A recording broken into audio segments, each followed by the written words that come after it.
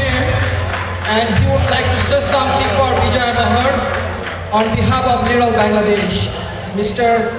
Freedom Fighter Jahidul Jamil. Give this space so everybody can see. Please. Good afternoon, Honorable Congresswoman Judy Cho, Honorable Councilman Tom Laban, Honorable Consul General Muhammad Inayat Hussain, my fellow freedom fighters, and ladies and gentlemen.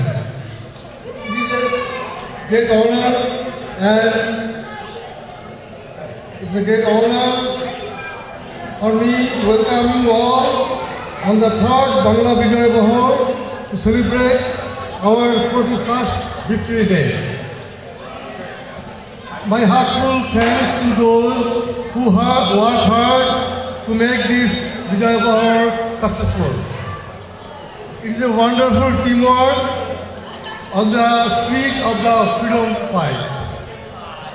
At the same time, we are celebrating 2nd anniversary of Little Bangladesh.